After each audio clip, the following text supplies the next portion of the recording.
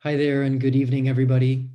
My name is Brent Stevens. I'm the superintendent of Berkeley Unified School Districts. Thanks so much for agreeing to spend an hour with us this evening to talk about middle school reopening. See lots of people still logging on, and so we'll wait just a minute or two to give everybody a chance to get themselves settled, and then we'll jump in.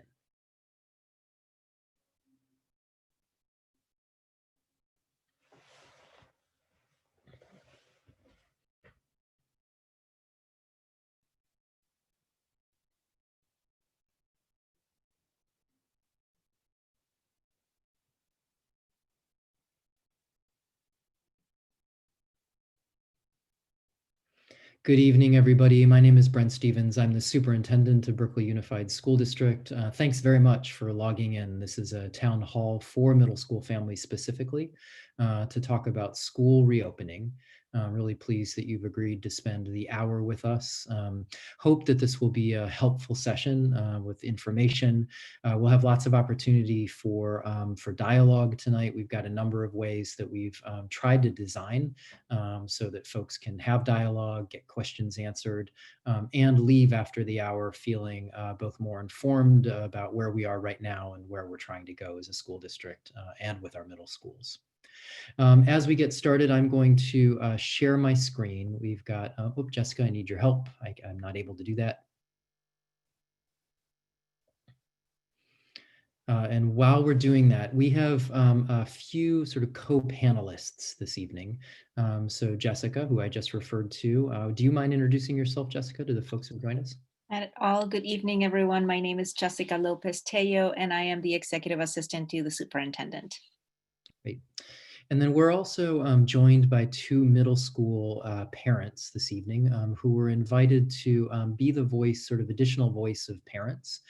They're going to be co-panelists, and throughout the course of the evening, they've been welcomed just to jump in and ask questions, ask for clarification. And it's one of the few ways that we would like to create a bit of a dialogue between the district and families. So I'm going to ask them to introduce themselves and share just where their children go to school. First, we have Shantae Joseph. Hi, Ms. Joseph. Hi, thank you for having me. My name is Shantae. I have a sixth grader at Longfellow, and I'm really pleased to be here representing the folks. Excellent. Thank you so much. And we're also joined by another parent, Danelle Cyrus. Hi, I'm Danelle Cyrus. I have two eighth graders at Longfellow. I have elementary school children as well, but as far as middle school, I have two at Longfellow. And so their role, both Shantae and Danelle, at any point that they want to, they're going to be able to just cut into the presentation, ask questions that they think will feel important to middle school families.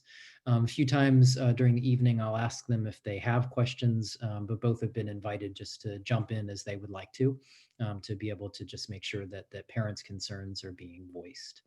So let me now move over to the presentation. I'll share my screen.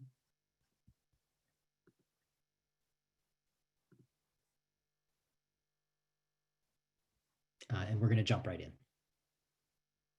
So first, thank you again to everybody who's here. I'm really pleased that we have about 120 participants joining us this evening. Tonight's session is being recorded. We will be sending out the link in the email that goes out tell you either tomorrow or Thursday, we'll be sending out an email with a survey. And in that email will be the link to tonight's town hall. We'll also post the link to tonight's middle school town hall on our Berkeley Unified website so that it's available to families who are not able to catch it live. You had just met Shantae Joseph and Danelle Cyrus. We had thought earlier in the afternoon that we would also be joined by Patricia Rodriguez, who is another one of our middle school parents. If and when she shows up, we may be adding her into the mix as well. So parent panelists, thanks so much for being here. We really appreciate it. Here is the ground that we'll try to cover today. We'll do a little bit of background information just for folks who have not been closely following along with decisions made by the Board of Education about school reopening. We'll talk for a bit of time about the local health conditions. They've deteriorated significantly around the country and here locally. And so want to bring everybody up to speed about the current health tier for Alameda County and talk in some degree of specificity about what that means for schools. We'll then talk a little bit about the timeline for phase reopening, and then the sort of heart of the meeting will be a discussion about hybrid learning models. I'll describe to you what a hybrid learning model is, why we're required to reopen into a hybrid model and not just reopen altogether. Talk to you a little bit about the planning assumptions that we're using to design a hybrid learning model, why we've selected these assumptions, and then share with you some models and solicit some dialogue and some feedback about those models. So all of this in an hour's time. As we've gone through what has been this sort of heart-wrenching, difficult, sort of anger-inducing pandemic for the last 9 months, we've really tried to stick to a set of core values. First and foremost, we've been committed to the health and safety of our students, family, and staff. The district has really tried to be a good community partner, to abide by the guidance that's coming in our direction, and at the same time to pay attention to the social emotional impact of the isolation, especially on our young people and of our families. We've been driven by equity values as we've been looking to redesign distance learning over the summer, and as we think about reopening into hybrid models, and at the elementary level, been driven by equity concerns as we've introduced a cohort-based model in some of our elementary schools that's operating even today. Also, we've been trying to provide a quality education to our families and engaging pretty consistently with lots of communication and consultation with families and staff as we go along to be sure that we're informed by feedback. There are a few relatively new resources for families that are on the Berkeley Unified website. I'm not going to spend a lot of time reviewing them this evening. In previous discussions, sort of public discussions, we've spent some time unpacking these. But for folks who are interested, please know that there is something called a campus safety plan. That safety plan is right now being updated for middle school and high school, but the huge majority of what's included in the pre-K and elementary safety plan will apply to middle schools. What that describes is all of the sort of many dozen safety precautions that we'll be taking this as we move towards reopening. And that spans the range from social distancing to cohorting to face masks, even to testing. So please check out that plan if you're curious about more of the details. We also have something that's called the School Reopening Readiness Dashboard that we're also working to update so that it includes middle and high schools. This is a dashboard that's updated every single Monday and gives what we hope to be a transparent view of the work we're attempting to complete so that we can say the district is ready to begin its reopening work. And then finally launched just 2 weeks ago is the COVID-19 case dashboard. This is a second dashboard that's meant to give the community a look into the number of school-associated COVID-19 cases that we, Berkeley Unified, is experiencing. To give you some sense of how the case dashboard is changing, even in the last 2 weeks, Berkeley Unified had 4 school-associated COVID-19 cases in the opening 8 months of the pandemic. That was all staff members. None of it contracted on campus, but in any case, we needed to pay attention to those cases as they were employees who were on our campuses and had COVID-19. Just in the last 2 weeks, we have now had 5 additional cases. So this gives you some sense of the sort of acceleration as we're experiencing it here in the district of the presence of COVID-19. I'm going to pause here because I see that our third parent panelist has joined us. Ms. Rodriguez, welcome to you. And I know because we are all just getting to meet each other sort of live and on TV, Ms. Rodriguez, what I described is that the parent panelists this evening are very welcome to jump in and ask questions as they would like to. And you're really here to represent the voice of parents. So as Shantae and Danelle jump in and start asking questions, please know that you're also welcome to do the same. We're very glad to have you here this evening. Great. So as background information, just about the Board of Education, decisions that have been made here in Berkeley, decisions that have not yet been made. Way back in October, the board made the first of its consequential decisions about school reopening by voting to approve a phase reopening plan. They described a number of phases, including a first phase that would consist of small group cohort support to take place on several elementary schools starting back on November 9th. That program did launch. It's now operating at Rosa Parks, Jefferson, and Malcolm X elementary schools, and is starting its third week. It operated for 2 weeks prior to Thanksgiving break and is now in its third week. These are very small, very carefully crafted programs that are in keeping with the purple level of the state's transmission guidance. The board has also approved a January 13th target reopening date for all of our pre-K programs, as well as our transitional kindergarten through grade 2 programs. And then a week later, Wednesday, January 20th, is the target date for reopening grades 3 through 5. As we speak tonight, the board has not yet adopted a target reopening date for middle and high schools. And that is because of the complexity of middle and high schools from a scheduling perspective compared to the relative simplicity of elementary schools. We're going to talk a lot about middle school schedules in just a few minutes. Let's talk for a moment about what's been happening here in California and more specifically in Alameda County and in the city of Berkeley. Over the summer, the state of California introduced a tiered community transmission sort of system or designation. There are 4 colors in this particular tiering system. They go from purple to yellow, purple being the sort of most severe and the most restrictive. We began the summer, the introduction of this tiering system at the purple level. And then folks will remember relatively quickly by September 22nd, Alameda County and the city had achieved the red or substantial transmission rate. So this was an improvement in the transmission rates here locally. And then by October 6th, only a few weeks later, we had dropped down to the moderate level. By October 13th, both the Alameda County Health Officer and the City Health Officer had given schools and districts in Alameda County permission to begin opening, first elementary schools and then middle schools in November.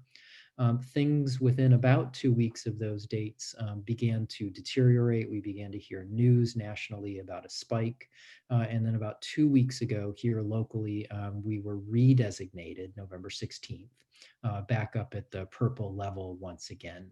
And for folks who are following the news, we're all sort of watching and wondering if Governor Newsom will this week impose some form of shelter in place order, even stay at home order for most of California, if not all of California.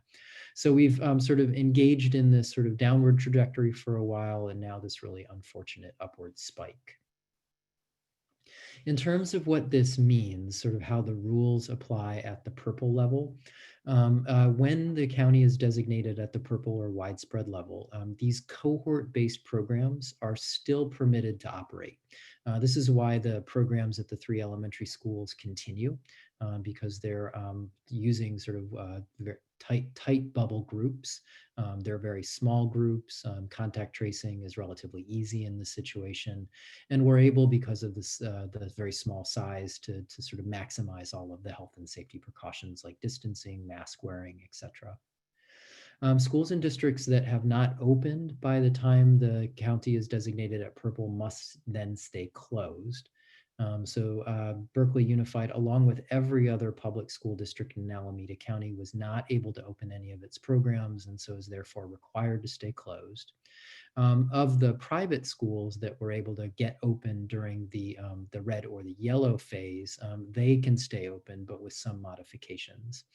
And then for folks who may have been following all of the rule setting related to school reopening, there is a provision in California's health guidance about elementary waivers. But here in Alameda County, the health office and the county office of education elected not to grant any waivers. And so locally, this is sort of a moot point. There's no such thing as an elementary waiver here in Alameda County. This last bullet point on the slide is also important. In order to pass from purple to red, the county will have to achieve the red level metrics for 2 weeks and then sustain those red level metrics for an additional 2 weeks before schools will be permitted to reopen. So as we think about what January might look like, we all hope that we move from purple back to red, back to orange. And then we should keep in mind that there will be a 2-week delay or lag time before schools themselves are given the permission to reopen. So the goal now is to be ready at the point that we get this permission, to have all of our plans in place and to be ready for this next sort of window, hopefully a long-lasting window. Let me, before I go on, I'm just going to check in with the parent panelists, with Danelle, with Shantae, with Ms. Rodriguez, just to see how it's going so far, if any of you have questions. Hi, not so much a question, but I did want to point out that Berkeley does have the highest concentration of new cases for COVID in Alameda County. So just something to bear in mind as we talk about reopening safely and what that looks like for January. Yeah, thank you for putting that out there. When I described our sort of local COVID-19 dashboard, just our district dashboard, it has been a real shock for us to go from 4 cases over 8 months to 9 cases, an additional 5 cases in 2 weeks. So we're certainly feeling what I assume is just much more prevalence. There is one question in the Q&A. I don't know if you'd like me to read it. Yes, and thanks, Jessica. I'm realizing I neglected to mention we are using the Q&A function. So for folks who are watching, you're very welcome to pop into the Q&A to enter questions. We will also be doing some live interaction tonight as well. So for folks who would like to be able to ask a live question, you're welcome to use the raise your hand button. If you're not familiar with it, what you can do is click on the participants button on your Zoom screen. That's going to just pop up a sort of a white list to your right. And down at the bottom of that list is the little blue hand that is raise your hand. And by raising that, we'll have a number of opportunities through the course of tonight's town hall to engage live with parents who are watching. So Jessica, let's check in on the Q&A if you don't mind sharing a question or two. Yeah, so the first question is, it says, if CDC guidelines change as they did, for example, on quarantine recommendations going from 14 days to 10, does the district have the ability to modify their standards? Example, it seems that hard surface transmission is not as much of a concern as we once thought. Perhaps we need not the level of sanitizing we initially committed to. And that is from Ryan Courier. Thank you. Yeah, that's a great question. Yes is the answer. Part of I think what we've all been experiencing for 9 months is just sort of how quickly the body of knowledge changes about COVID-19 transmission. So it is the case that we've been updating our health and safety practices and will continue to do that as consensus positions emerge. It has been sort of one of the difficult aspects of this pandemic that there's no shortage of opinions, there's no shortage of expert viewpoints on what is safest. And so we try to read as much as we can, but ultimately have elected to stick pretty closely to the guidance being offered by our county health officer and the city health officer. There's another question. Did you do any testing before this week? You all had teachers test 2 weeks ago, so that would make for higher numbers. Berkeley is the highest concentration due to the racetrack. Yep. Yeah, great question. So one of the sort of new tasks assigned to school districts, including our own, is implementing a program of employee COVID-19 tests. This has unfortunately been one of those things where we could have used a lot more help than we got. And Berkeley really has just been out on the open market to try and find a private test vendor that can support the large scale employee testing and perhaps student testing that we would like to see implemented. We did our first round of employee testing several weeks ago before Thanksgiving break. We learned an awful lot. I wouldn't say that we were immensely successful in our first effort. It was also, by the way, the first time this particular company, Curative, had done any large-scale district testing. And so they learned a lot. Just today, we engaged in our second round of employee testing. We moved it away from Curative's locations, set up our own, staffed it ourselves, scheduled it ourselves. And while today's session was relatively small, we tested about 100 employees. We had a much higher rate of testing. We got about 95% of our employees tested who were supposed to show up. And that was all of the employees working in our 3 elementary schools. So by the time this week is over, we intend to test about 550 of our employees who are currently working in person. And that's on our way to having a COVID-19 testing program for employees that will give all of our roughly 1,400 employees a COVID-19 test every 2 weeks. So that's our target, and we're sort of working our way towards that. While we're there, Yeah, please. about when teachers are like teachers risk themselves coming in and getting in contact with students in the small cohorts. What if a teacher fell ill, or what precautions would be taken then? Who would take over the classrooms? And also, is there a way that the students can get tested as well? Mm-hmm. 2 really good questions. So one of the experiences we're having in the small cohort-based program that's taking place at Rosa Parks, Jefferson, and Malcolm X is that the availability of substitute teachers is extremely limited. And so much so that, in fact, if the teacher gets sick, then we have to close the cohort. We didn't anticipate that was going to be one of the things, the barriers that we encountered, but that's the way it is right now. So it may be the case as we move towards a larger opening that we simply won't have subs who will be working in person. We have had substitutes who are doing remote learning. And so we may be able to provide subs for teachers who get sick and can't do distance learning. But if I had to guess right now, I'm expecting that if a teacher gets sick, the students will have to stay home and do distance learning. And that's a remarkable phenomenon and a disappointing one, but I think is one that will prove to be true. And then in terms of student testing, I think that was your question, Danelle, right? So this has been another one of those areas where we and every other district could use an awful lot of help that we're just not getting. We have been evaluating a whole bunch of private providers. We're still doing that. In fact, we're meeting with Stanford at the end of this week to see what testing capacity they have. We would love to be able to get our students on roughly a similar sort of testing trajectory where they're all being tested every other week. And right now there's sort of 2 elements that we can't overcome. One is price. And there's been a key sort of legislative difference between employees and students. The state of California has made it mandatory that health insurers must pay the COVID bill for essential workers. So our teachers can be tested for free. There's been no comparable legislation that would require anybody to pay for student tests other than districts. And right now, student tests are running somewhere between a low cost point of $40 per test, all the way up to $175 per test, depending on who you talk to. So these are right now beyond the financial means of our district and every other district. We'd be talking about roughly a $250,000 per week expense to be able to design a student testing program. And we simply don't have those kinds of resources. We are interestingly sort of working on sort of other methodologies that might let us do some kind of COVID screening that's not a genuine lab certified test, but would be a screening nonetheless. And those seem promising, but that really means sort of designing our own team, our own lab, staffing up a protocol that might eventually give us some kind of student screening capacity. But I'm not betting on it yet. So 2 great questions, thank you. And Patricia, please jump in. And yeah, Patricia, you as a parent panelist don't need to raise your hand. You're welcome just to jump right in anytime you'd like to. Okay, thank you for the Great. clarification. And Patricia, I'm having trouble hearing you. Is there a way that that you can raise? Take off my microphone. Okay, how about now? That's great. Yeah. That's better? Yeah.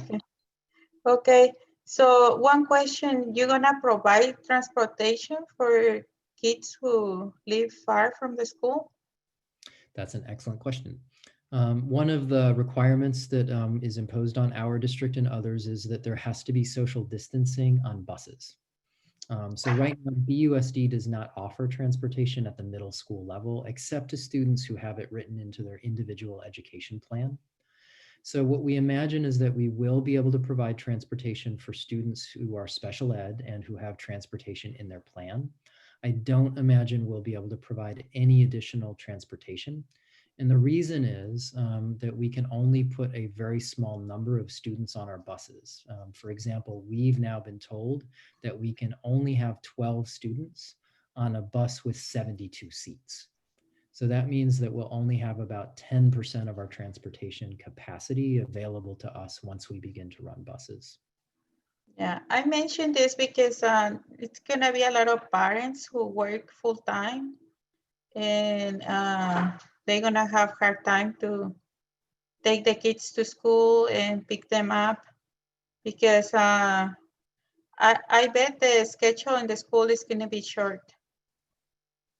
It likely will be, and we'll get to the schedule in just a minute. I'll share with you a couple different versions of schedules so that you can see exactly sort of what it would look like as students come onto campus. Yeah, let's say both parents in a household, they working full time. And that's gonna be so challenging to take the kid to school. Yes, I appreciate that feedback. So let's, I'll ask you to keep that in mind. And as we look at these schedules to try it out for size, sort of think through what would it be like for your family? And then please do share. Great. I'm going to propose that we keep going.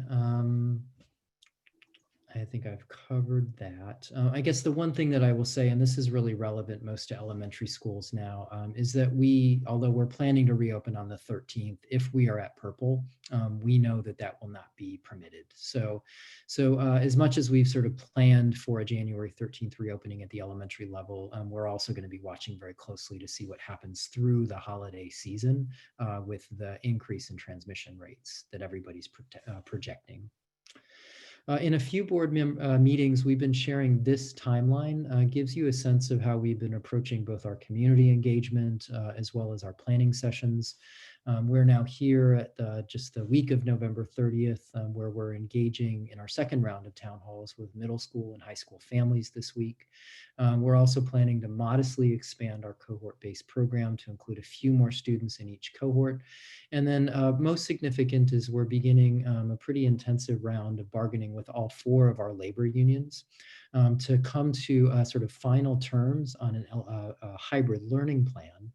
We're planning to make proposals both at the pre-K level, elementary level, and middle and high school during this next 3 weeks. And we hope to be able to begin to announce a finalized hybrid plan for pre-K and for elementary before winter break. And I would anticipate, I hope, being able to announce the shape of a hybrid learning model for middle and for high school sometime during January. I have sort of pretty deliberately not asked the board to set a target date for middle and high school, given the complexity of the scheduling. Again, we'll look at these schedules in just a moment, but I felt sort of less confidence about being able to hit a particular target date so far for those levels. I know a lot of families have been wondering sort of why are we engaging again in bargaining with our 4 labor partners. We have 4 labor unions here in Berkeley Unified, our teachers, our classified employees, and then 2 administrative unions. And there's a set of reasons for this. So one is that we actually have really not stopped bargaining really since March. A lot of those sort of the bargaining over the first couple months of the school year after we announced our distance learning model had to do with cleaning up a lot of issues that came out of the distance learning model itself. Things like how to grade, how to do report cards, how to conduct parent conferences, lots of issues around assessment, special ed. So this has been sort of ongoing time-consuming work to try and rethink on an ongoing basis so many of the things that we simply take for granted when we're all able to be together in person. It's also the case that there have been pretty significant changes in state law about student attendance since we sat down to bargain a hybrid learning model in the sort of May and June timeframe. So we're not throwing away any of that older bargaining work, but we have to go back and rethink sort of what does it mean in terms of these new state laws, relatively new state laws. We've also been tracking, mostly among our elementary and pre-K families, about the sort of shifts in the perception of safety in a return to school at all. And what we've been noticing is the sort of conditions get worse, that many families are more reluctant to think about sending their students to school. Our most recent survey data at the elementary level, not relevant to middle school, is that about 45% of our families would like to stay in distance learning, while 55% would appreciate some opportunity to send their children back to school. And then, of course, we've had a chance now to watch some other districts, see what's worked, see what hasn't. And I think most notably in the national news, to watch New York as it opened and closed and reopened. So it just gives us a sense of sort of what we might be enduring as we go through the spring semester. Another important factor for us has been staff accommodations. And what I mean by this, in most workplaces, employees are entitled under the Americans with Disabilities Act to request from their employer a form of reasonable accommodation. That accommodation is essentially meant to support an employee with either temporary or permanent disability to be able to do their job effectively. BUSD is operating under a set of legal expectations that we will provide reasonable accommodations for all of our staff who have elevated risks from COVID-19. The CDC has published an extensive list of those elevated risk factors that include things like age, that include pulmonary conditions like asthma, as well as a whole set of other underlying health conditions that lead to elevated risk from COVID-19. So as we work with individual employees, we must, in some cases, try to keep them at home and try to keep them out of harm's way. So just to share with you, as of today, we've had about 90 of our classroom teachers make requests to human resources for some form of accommodation. Most likely, these will result in accommodations to work from home, engage in distance learning still. And so that's 90 classroom teachers who will very likely not be able to provide in-person service and for whom we may really struggle to find substitutes. Just to put that in perspective, that's the equivalent of about 4 of our elementary schools, of our 11 elementary schools where the teachers may not be able to perform in-person service. That number 90 represents requests across all of our levels, elementary, middle, and high school. But it is still a significant number of teachers, and it does impact the way we think about our scheduling. So just to talk a little bit about feedback, this is what I should have mentioned earlier in our town hall. We are encouraging folks to use the raise your hand button. I see now we're up to 17 questions in the Q&A box. And then following tonight's town hall, in an email that you'll receive either tomorrow or on Thursday, we'll be sending out a link to the slide deck so that you can watch this town hall or review the slide deck. And we'll be sending you a survey that asks you fairly detailed questions about the content of tonight's town hall. None of that survey is asking you to make a decision for your child at this point, but we really do value your feedback as we look to come to final details about a middle school hybrid learning model. Let me, before I jump into our planning assumptions, I'm going to check in with our parent panelists, see how you're doing, and then I'd propose to jump over to our Q&A as well. Everybody okay? Will there be a grading curve for kids as far as like anxiety goes, or like things preventing them from focusing and doing their best in this circumstance? Not a grading curve necessarily. One of the bits of feedback we got from a lot of students and families is that when we went to a pass, no pass grading system last spring, that it created a lot of confusion about what was required, what wasn't. Our teachers really struggled with it. So instead, what we've done is we like families to reach out to either to their principal or to their teacher if their child is experiencing any kind of anxiety or temporary conditions, so that you can work individually through your teachers, through your counselor and principal to think whether or not a specialized plan might make sense under these circumstances. So as an example, one way to go about this is through what's called the Section 504 process. That's also from the Americans with Disabilities Act. And that's a process that families have available to them to think about, again, accommodations for your child, that it can include extended time, or that can even include modifications to the grading system itself. So they are available, but there's no blanket rule for families. Rather, it's on a case-by-case basis. Also, how will kids' personal time be monitored as far as lunch or wanting to play basketball or Foursquare or sharing lip gloss and things like that? And could there be like a class teaching kids same thing like stranger danger or sexual education or nutrition where the school facilitates the learning or the delivery of what you expect as the district and as far as CDC guidelines go to the kids? Yeah, that's a great question. So we do, as part of opening up the cohorts, actually, we were able to provide our cohort educators with a lot of lessons for students about COVID-related safety. We also sent home to families the campus safety plan, which is, you know, not too heavy a read. There's lots of graphics. It's pretty friendly.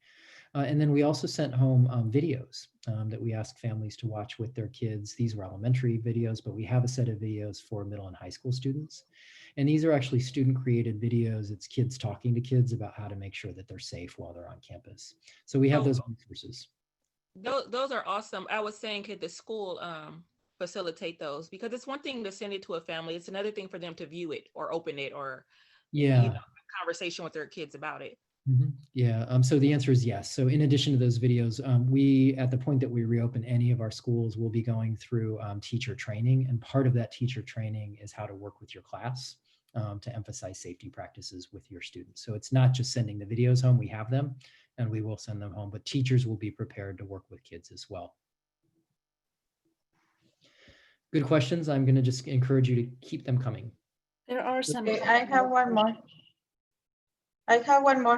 Sure. Last year, my son graduated from Berkeley High, and it was no plan for graduation and anything. You know, it was everything like very crazy. And I hope the district gonna support this year for the kids and help the kids with the sad situation having no graduation events. I think, Patricia, just to be very honest, I think it's the right thing for all of us to be expecting there's not going to be a graduation this year again. I just don't foresee that an 8,000 person event sometime in June is in the realm of the possible. And so as much as I hate to have to say that, I simply think the graduation ceremonies will not happen. We did learn a lot from the way we did our virtual ceremony. I know that the high school team is already beginning to work with student leaders to think about how it will be different. But it is unfortunately going to be virtual again. And so we've got lots of room to be creative, but we're just not, I don't think it'll be safe or prudent for us to bring large groups together even by June. And that is sad news. I absolutely hate to say it. So what I'm going to do now is run through some planning assumptions. We'll talk a little bit about these hybrid models. We're falling a little bit behind, so I'd like to just share some of this content with you, and then we're going to close out by jumping over to live participants to make sure that other families as well get a chance to ask some questions. So we have designed 6 planning assumptions that are really driving the way we're thinking about a hybrid model. I'm just going to read the sentences that are in red and underlined rather than reading this whole thing. So the first of our assumptions, sort of what we think will work for the maximum number of families, is that we should try to design a hybrid model to minimize the disruptions to the current distance learning program. And the reason for that is that many of our families are indicating that they will likely not send their children to school yet for a variety of reasons. And because we're seeing that the school district may need to move back and forth between a hybrid model and a distance model if things continue to go up and down.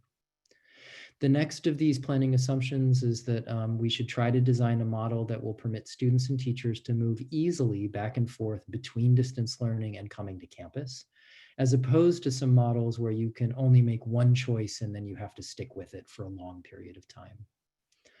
Planning assumption number 3, because families and students value their current relationship with teachers, that our hybrid learning model should maintain current teachers, classes, and student groups as much as that's possible. So no big shifts to master schedules or class loads. Planning assumption number 4, I think I have to read the whole thing. Families want detailed information about a hybrid learning model prior to making a selection for their child about whether or not they'll come to campus. So we should be sure to provide more detail before asking for any kind of enrollment decision. And so we're going to plan another series of town halls for folks so that they get a chance to see far more details before we ask for any decision. Planning assumption number 5, that families would prefer not to be bound for a long period of time to a single decision. So if we can, we'd like to design the model so that you can make ongoing decisions. Not only should it be easy to move back and forth, but you should be able to make a decision about going back and forth on your own time. And then number 6, families are reporting the social emotional impact of the isolation of the pandemic, and that support for students is really important. So as we design a hybrid learning model, we should try to account for this need and design for increased time for recreation and community building for our young people. So that's a set of planning assumptions. And then what I'd propose to do is just share with you a couple of the models that we've been pretty seriously considering, and then we're going to spend the rest of our town hall in dialogue, both with live participants, jumping into the Q&A, and talking with our parent panelists. So there's been sort of 2 models that we've really been inspecting very closely. Both have their advantages and their disadvantages. Hybrid learning model 1. Don't have a great title for it, so right now I'm calling it distance learning in the morning and optional in-person learning in the afternoon. In this particular model, distance learning would remain just the way it is, 3 periods every single day in the morning. There would then be a midday transition for students who want to come on campus. And then in either an A group or a B group, students would be on their middle school campus from 1:15 to 3:15. And for kids who stay for the after school program, they would have the option of staying from 3:15 all the way until the end of the day at 6 o'clock. That's a very simplified version of the schedule. We do have a few more elaborated examples. This is an example that is just a draft from the Mount Diablo Unified School District. It is not our Berkeley model right now, but it gives you sort of a different view on what it would look like. In this particular model here from 8 to 11, there is daily live interaction. What they mean is distance learning for students. Then there's lunch and transition time midday. And then there's in-person learning for the A group for 2 days and for the B group for 2 days on Thursday and Friday. For students who are not coming into school, then there would be assignments. And for students who are distance learning only, then they would not be not coming onto campus for the afternoon. And then to give you an even more elaborated view, I'm moving quickly through this, but again, you'll get links to this slide deck and are very welcome to spend some time studying this. This is actually our Berkeley Unified Distance Learning schedule, period 1, 3, and 5, period 2, 4, and 6. So this is what it would look like if we adopted this particular model. We'd have students would experience their current distance learning in the morning, followed by a transition period, followed by after school support in the afternoon for the first group of students, group A, and then for a second group of students, group B, on other days. The reason that there would be a group A and group B is because we're required to maintain social distancing in our classrooms and on our campuses, which means that only about half of our students can fit on a campus at any given point in time.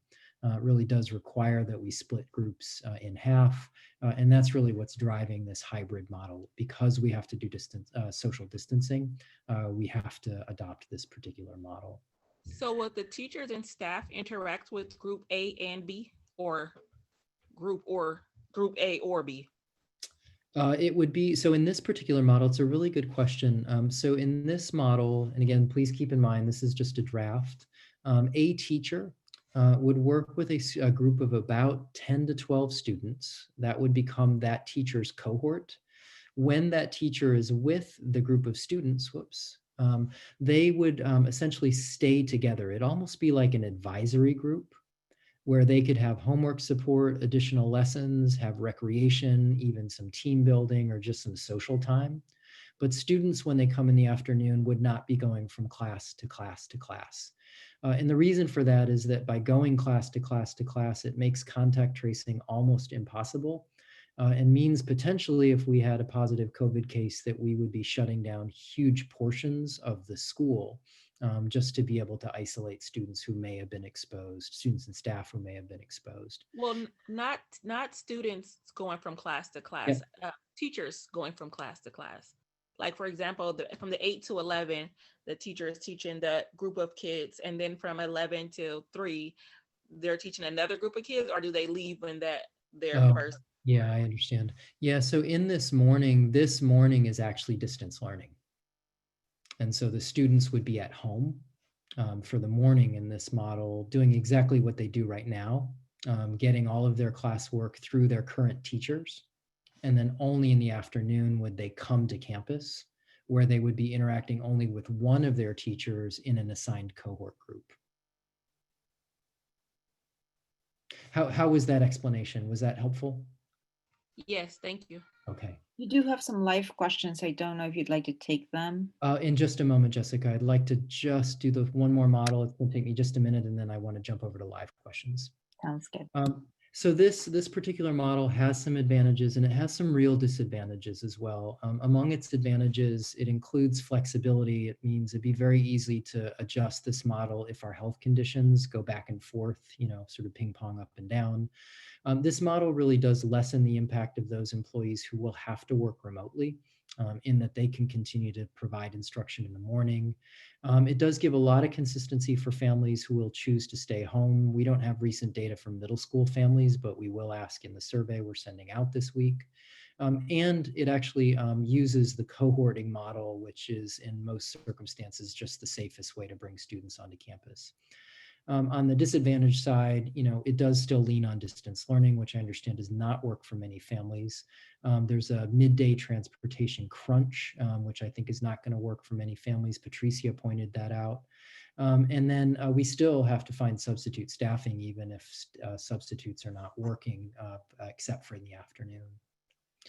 To give you a sense just of the second model that we're thinking about, and this one is more challenging from a operational perspective.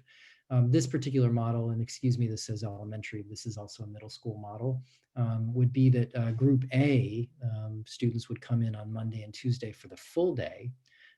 Group B students would come in on Thursday and Friday for the full day. All students remain virtual on Wednesday. We do have a more elaborated version of this schedule.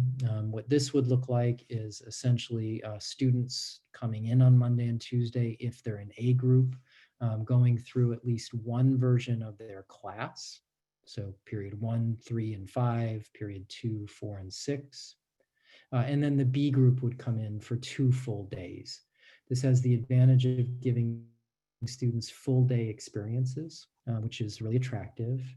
There are some real operational details that are pretty tough to resolve in this case, including how we would, manage substitute staffing. There would be no cohorting possible in this particular model. Students would be moving in between different groups of students. Teachers would be doing the same thing. In the event that there's another surge in COVID transition, this whole model has to be dismantled. We would fall back to the distance learning model. It could very well lead to regrouping, meaning that students might wind up in different class groups or with different teachers. And then I would anticipate with this particular model a great deal more independent work than kids are getting right now. And that is that, as teachers are teaching students live in person on Monday and Tuesday, the students who are at home would more than likely be experiencing independent work during those days. We have been looking at live streaming. I know lots of folks will be interested in that. We'll talk about it a little bit more. So the questions for the group, do we have this right? This will go out in a survey. What do you think of our planning assumptions? What do you think of these models? What would make them better? What's going to work for your family?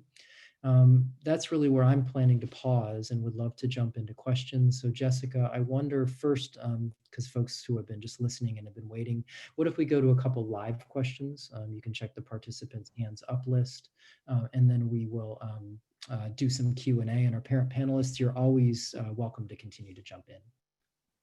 Okay, so the first question is going to come from Rachel. Hi there, Rachel. You can unmute yourself, Rachel, if you still have a question.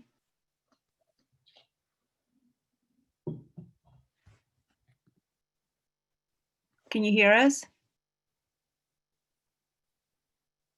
Maybe I'll go to the next person, Lisa Friedman. Hi there, can you hear me? Yes, just fine. Good evening. Thanks for being with us. Absolutely, thank you for the time. I do have a couple questions.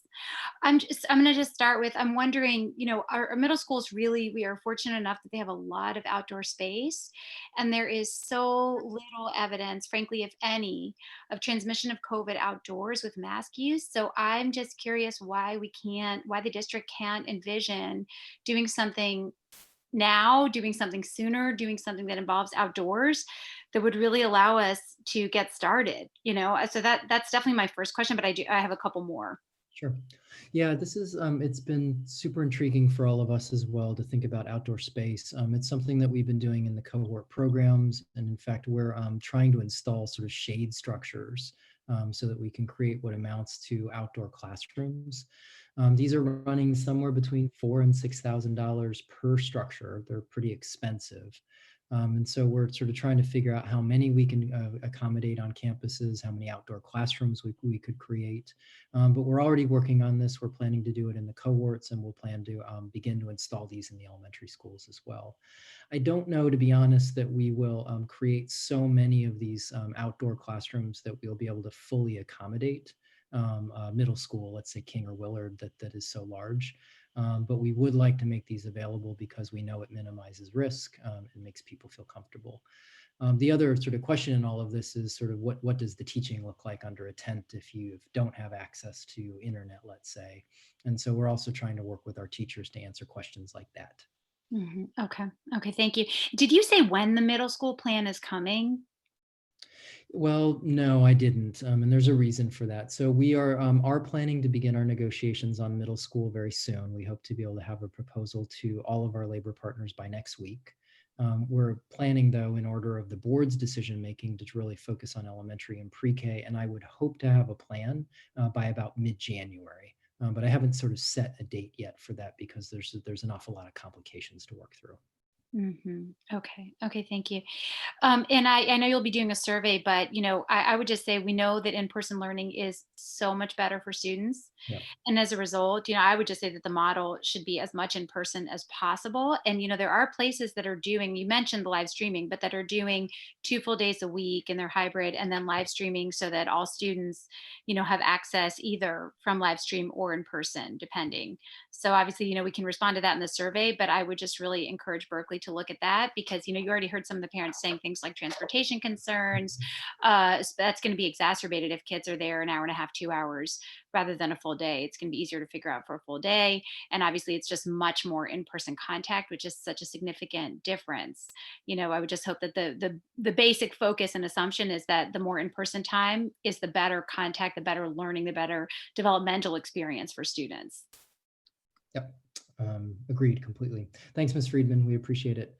Jessica, do you want to move us to another person who's got their hand up? Yes. Let's see. Kat. Hi, yes, this is actually Vicki Davis. In the hybrid model that you presented, the first one, you were showing classes as 40 minutes each, which is significantly less. It's like 5 hours less of teaching time for a student who would be distance learning. So, and like currently my daughter would be in class from like 8:45 to 1:15, and then she has after school enrichment classes like gardening and other groups that if she remained in distance learning, would she still have access to all of that afternoon office hours and things like that? It just feels like she's going to get significantly less minutes a day in the distance model with the shortened classes. Yeah. Thanks for the question, Vicki, and thanks for joining this town hall too. You're everywhere. I think you've got it right. Sort of the challenge here is that we have 7 hours of our teachers' time per day to work with, and have to apportion that time with 2 different activities, sort of live teaching, in-person teaching and distance learning, and then also need to account for just the sort of how different all of this is. Classroom cleaning, supervision, distance learning preparation. All of these things are new demands on our teachers and have to be built into their day as well. So in the model that I did share, you're correct. There's a lessening of the distance learning to create time for that in-person experience. And unfortunately, that's just one of the balancing acts that we have to contemplate, is sort of how to apportion our teachers' time, given that there are limits to what teachers can do in a day. Parent panelists, how are we doing? Shantae, I think you can jump in. Yeah, I just had a quick question. Being that we are in the purple zone, I'm wondering if we can shift some of this focus on social and emotional health. I also see in the Q&A that there's a parent, Carlos, who's asked the question about sports on campus. And there are other few questions about what we can do now to kind of help with that social and emotional health. I know for me, I would love my kids to go back to school. They are driving me crazy. I'm just going to be honest. I'm overwhelmed. We have good days and bad days. All that being said, I'm wondering what we can do now, what the district can do now to provide support to our kids that need to be outside, our kids that need to play sports, our kids that are having a hard time being indoors right now. Yeah, that's a great question. One of the things that I hadn't talked about yet is the example of the Berkeley High School athletics conditioning program. This was actually the first program that we were able to open right at the beginning of November. We did learn today that for high school students, the entire sports season in the spring or rather the winter sports season, is now canceled. That just came out today from the group called CIF. But still, we are doing this conditioning program. It's based on the cohort model, so it is, call it purple proof. We're allowed to do it even though it's purple. And I'd love to see that that's one of the things that we sort of move more quickly to expand at the middle school level, where we have our after school program providers, where kids I think would really enjoy coming on, even if it's not a competitive experience, but to come onto campus in the afternoon, see their friends and be engaged in these small cohorted activities. So we actually are putting together a sort of another sort of proposal or call for volunteers that will specifically target our middle schools, hoping that we're going to get some folks who would be interested in doing exactly that kind of afternoon enrichment. Be responsible for making decisions as far as a family stating that they're COVID free and haven't been in any contact, but they may have runny nose or different symptoms, maybe a cold. How will we go about screening those kids or teachers? Yeah, it's a good question. So one of the, again, sort of new partnerships we've developed is with this company called Frontline. They do a daily app-based symptom screener. It's a self-attestation, so it's kind of the honor system.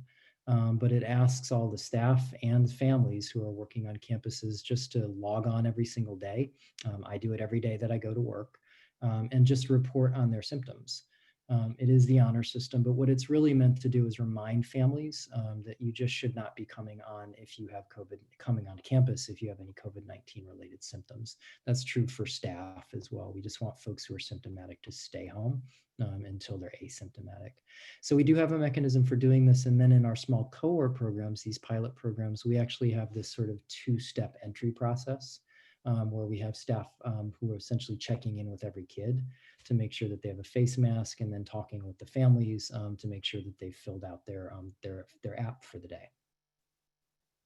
So would those kids have to quarantine like for the 10 to 14 days, even if they're having symptoms, but they're COVID free? Yeah, it depends. So these terms are a little confusing. So we use the term isolate to talk about somebody who is COVID-19 positive, and that's a required 10-day isolation period once you've tested positive. A quarantine means that you've had a close contact, and close contact means that you've been within 6 feet for 15 minutes or longer with somebody who has confirmed positive. So in the event that somebody's been within that close contact, then quarantining is what's called for. And so we already have quarantined one group of our students. We had to do that last week. And that may be part of the experience of going back to school, is that classes will be quarantining if and when either a student or staff test positive for COVID-19. Well, that didn't really answer it. So I'm sorry, maybe I didn't word it right. I'm saying, if someone is sick, like I have a cough, should they just stay home, or would they be made to stay home for 2 weeks? Or you're going to say you're not coughing tomorrow, so come on back tomorrow? Yeah, so in this particular case, this is really where I'd want school staff consulting with the district nurses who are actually talking with the health officer in City of Berkeley. So many of the sort of analysis is just going to be case by case. But in general, a student who is symptomatic will be isolated at school and sent home. That will be required, and will likely have to stay home likely will be required to stay home until they're asymptomatic, until the symptoms have cleared up entirely. But again, we have district nurses who are in contact with the health officer, and that they're really going to be in charge of figuring out what to do in these cases. I had one more question. Yes, and then we'll go over to our parents. Of course. I'm wondering, if there a system set up for family outreach counseling sessions? Is there a way, or is there something happening now that counselors who are in the middle schools are reaching out and following up with students and parents, even phone calls or Zoom sessions or wellness virtual hangouts? Is there anything like that happening currently to provide that support at home for students? Yeah, I think so, yes. The way Berkeley organizes a lot of its mental health support is through contracted service providers, and most schools have their own contracts. So they'll contract with different mental health agencies to provide counseling support. Longfellow has a particularly rich set of sort of counseling resources. And I'd encourage any family who is interested in exploring counseling options to just reach out either to your school counselor or principal. And they'll have a sense of the options that are available at your particular school. But all of our schools do have those contracts in place. And then there are also City of Berkeley counseling resources for young people. And that's taking place through the Health Center, which is located at Berkeley High School. And so the school staff should know about that resource.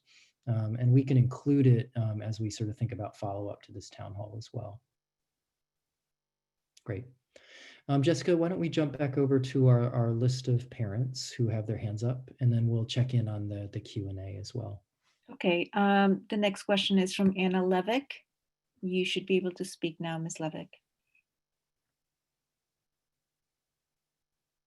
Hi, Anna.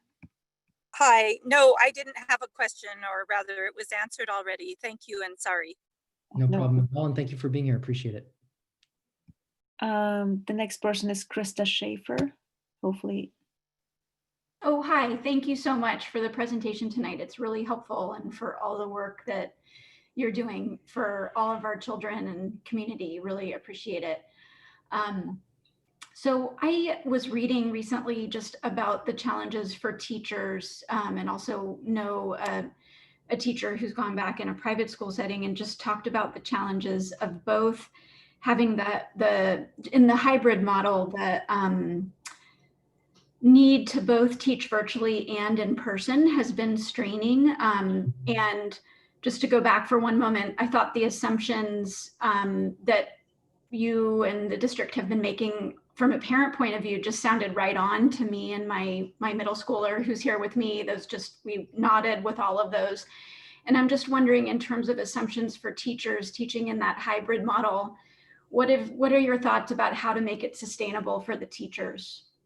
Yeah, first, I can't tell you how much I appreciate this question. You know, our teachers are under an immense amount of strain right now. This is true about teachers everywhere, but our Berkeley teachers are an incredibly dedicated group of educators. We're really lucky to have them. And they, I have to say, have really just been sort of carrying this weight on behalf of our schools and our community for a long time. So first, just thank you for the comment. I think what most teachers would say is that they want to be able to do one thing at a time. And the idea that they would teach simultaneously students who are in their classroom and on Zoom, I think is what I'm hearing from lots of articles written by teachers and from our own teachers as they're giving us feedback, feels immensely daunting. To try and take those things on, minute by minute to support students in two different settings. They're just different kinds of teaching. All of this is very new. So one of the sort of assumptions I've been trying to make is that to the extent we can sort of minimize asking teachers to do two jobs at once, that we're going to create a more sustainable load for our teachers. There is an appeal to thinking that we could sort of simultaneously serve kids in person and at home through the use of technology. And I'm watching very closely the examples of districts like Poway down in Southern California or Napa that are really trying this out, at a relatively large scale. And some are struggling with it. Some are finding that they've just created too large a load for their teachers to manage. So I'm not sort of approaching that as a panacea. I haven't thrown the idea out either, and I don't think anybody has. Jessica, what if we jump over to the Q&A and take a couple of those? And I'm just doing a quick time check. It's 7:05. I'm going to propose that we go till 7:15. We'll go a little bit long because I think the conversation is rich and I know lots of folks would like to continue to hear more. Okay, let me open up the Q&A. There is a question, is it possible that plans will change again given the potential vaccine? Great question. So I've been trying to learn as much as I can about the vaccine distribution. You would think as a superintendent, I've got some special knowledge about the way this might work, but I really don't. So I've just been listening very closely to the national news, trying to follow along. Just today, there was a vaccination panel recommendation made by the CDC. They had impaneled a bunch of people to make recommendations. They are right now not recommending that educators or students would be first on the distribution list, but are thinking about frontline healthcare workers. They're thinking about folks who are most at risk of complications due to COVID-19. So I am not anticipating that we're going to have sort of widespread access to a vaccine as a public education sector prior to the end of this school year, prior to June. And think that we'll be, sort of in that second round of distribution, which is likely to take place either over the summer or even into the fall. I would love if something changed, but that's right now, just as I'm listening to the CDC just today, what seems to be the national distribution model. So all of that means that we should, in the short term, be planning, planning for hybrid learning, planning for distance learning, as if the vaccine is not going to be available to us for the next 6 months. I think that's the right assumption. Okay, the next question is there a point where the district will be able to just, quote unquote, call that middle schools will not be able to return to in-person learning or hybrid and be able to turn the focus on a better at-home support? When would that be, and what would that look like? Yeah, that's an interesting question. I don't actually know the answer. We've internally really been sort of full steam ahead in trying to plan out our hybrid models at all 4 levels of the school district. We understand right now that we don't have that permission. That January 13th date is a bit of a fiction. But it is, in any case, the unanimous decision of our Board of Education to drive towards that target date. And so we're taking that seriously as staff and are just going to continue to work as if that's our target date. It may be the case, and I'm now fully speculating, if the holiday season goes badly, if this spike continues to persist or deepen, we may find ourselves in incrementally more restrictive conditions like stay-at-home order. And it may be the case that we just, have to put in additional months. And maybe at some point the board will really decide at that point, we'll just sort of throw in the towel on a return. But we're certainly not there yet. I think that there's reason to believe that if we're all careful together, that we can sort of flatten this particular curve and then get back to the plans that we had established prior to being in purple. Danelle, I think you were going to jump in. Please do. Yeah, I have a related question. So children and adults they both adjusted to the current schedule and routine. Why would it be disrupted why would it be disrupted knowing that they probably won't have the learning setting or social setting necessary anyway to, let me see how they worded it, sorry. And instead of just having it in fall, like why would we even entertain the idea of going back now when it's the possibility that it can be closed down and the kids that are going to school, it's limited access and or their social and development skills will not be, I'm sorry, I'm reading someone else's question. Yeah, will not be, Yeah, why are we entertaining this when Yeah. we don't know the quality of which we could provide it? Yeah. I think it's a great question. As I listen to families, what I'm hearing, I think there's sort of two perspectives, and there's lots of variation of this perspective. There are many families in the district, and I would guess it's about half or more, that would really love to see their children back on school campuses for any amount of time that they can get. They're watching their children struggle, they're suffering from isolation, and even social settings would be an improvement over the isolation. So I think that represents a large portion of our families' views. There are other families, who themselves they take care of people who are at higher risk from COVID-19. Their children may be immunocompromised, or, they want to play it safe. They just don't want to take risks with the health of their loved ones, and are willing to endure, the sort of difficulties of distance learning. And they're, I think slightly under half, but that represents sort of a second, pervasive and powerful view here. So you can hear, I think, in the way I'm contemplating this, trying to create models that balance those perspectives, that don't favor one over the other, that don't defeat the needs of one group, to provide for the needs of another group. And what's challenging here is that we're talking about our wonderful teachers and the limits of their capacity, and how we create that balance and take care of our teachers at the same time, our students, our families. So there is necessarily compromise in everything we're talking about. So I don't think it was pertaining to the needs of one group or the other. It was more so as we don't know what's going to happen. We can go to school today and then we'll have to close down, or we don't, so why we're almost halfway through, why not finish how we are already going, instead of having the kids keep adjusting and adapting and not knowing, and things like that. Yeah, that's what they were asking. Yep. Yeah. And that's, I think you can see that I'm actually influenced by that idea, that first model, keeping distance learning intact in the morning, as much as it creates inconveniences, it is flexible. We could go down to orange, we could go back up to purple, and the core of the learning experience is not changing. What we'd only be changing is the afternoon portion of the hybrid learning model. So that particular model, I think, is really heavily influenced by the what if things change again, and how do we minimize disruption. That second model, I think, is really where we would, if things changed again, I think we would be talking about a lot of another disruption to children and families' schedules. Jessica, what if we go to Joshua, who's got his hand raised? And then we're going to do, I think, one more live question, and then I'm going to check in with panelists, and then I think we're going to say good evening to one another. Okay, Joshua, you should be able to speak now. Sure. Can you hear me all right? Yes, we can just fine. Hi. Hi.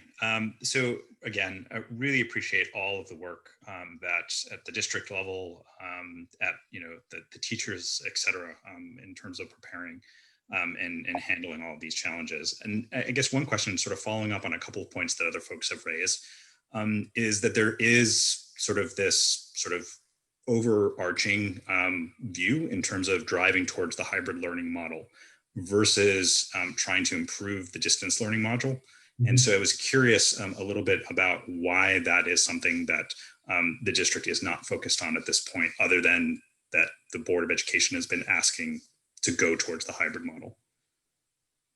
Yeah, it's a really good question, Josh. And I think maybe what I'll go back is to my long-winded answer just before, and that is, we are sort of trying to respond to what we think are these sort of split needs in our community. The desire of some families to get some on-campus time, and the desire of families to see distance learning both remain intact or improved.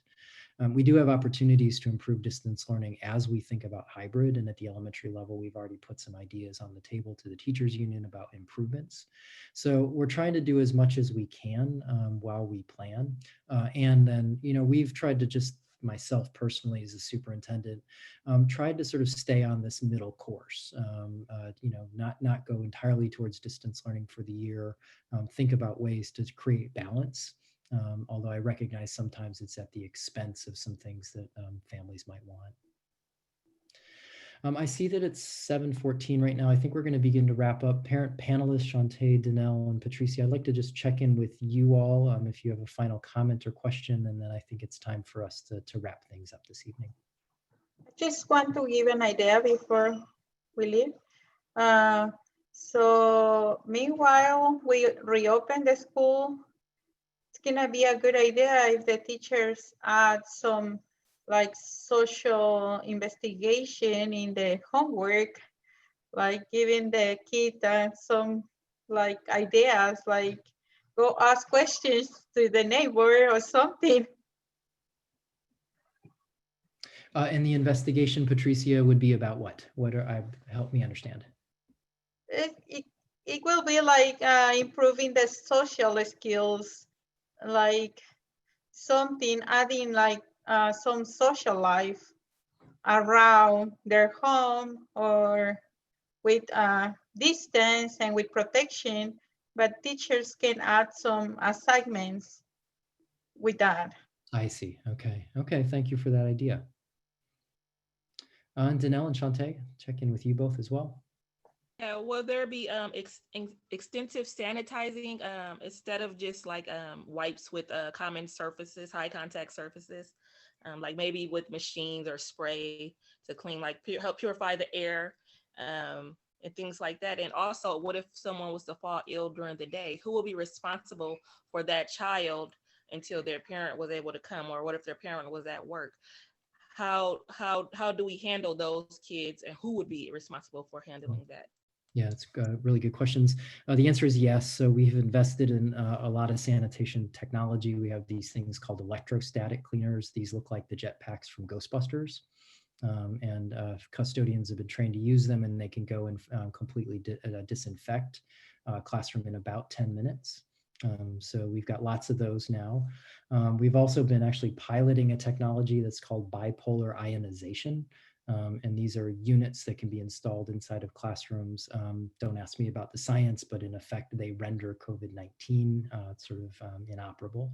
And then we've also purchased HEPA 13 sort of quality portable air purifiers for all of our 800 classrooms. Those have already been purchased. They got delivered in about 5 shipping containers a couple months ago, and those are also ready in our classrooms. So lots of that work is now completed on the facility side. In terms of what happens when a student is sick, each of the schools will be required to have several, we're calling them isolation spaces, where a student would have to wait until the family comes and picks them up in the event that they become symptomatic during the school day. Great. And Shantae, I think you're going to get the last word this evening. All right. Just as a parent, I think my biggest concern for my children right now is their social and mental health. And so it's not a question. I just want to encourage the district to take some time to really think about what you guys can do outside of distance learning, outside of virtual school, to help support those families that are really in need of that social and emotional tip, and just really kind of thinking outside of the box of what that looks like, especially if we're not able to go back, because I feel like that's what's missing. With all the work that you guys are doing, I really appreciate it. I appreciate you being here. I appreciate you rolling out a plan. But I think that's the part that's missing for me. Great, thank you for that. Appreciate it. So I want to offer all the parents who spent the hour and a bit with us this evening my thanks. Really appreciate the time, the feedback, the questions. We will be producing a transcript of this Q&A so that I can share it with folks back at the district office. So please know that those questions are important to us. Also really appreciate both Shantae, Danelle, Patricia, thank you for your time. Each of them agreed on really short notice and not knowing what they were getting into to serve as co-panelists, and you've done a great job tonight. Thank you very much. And then for everybody, please just have a look out for an email to come out either tomorrow or Thursday. The email will have a link to this recorded town hall. This town hall will be available on our district website. Also in that email will be a link to the slide deck so that you can have a closer look at the models that we shared this evening. And we'll be sending out a survey that's specific to middle school families that'll ask you to comment further on the content that we shared tonight, and then just to offer suggestions about how we can be doing a better job as we move into the new year and confront these sort of challenges and opportunities as they come to us. So with that, everybody, thank you so much. Please have a good night, and we will talk again soon. Thank you, everybody. Thank you. Appreciate it.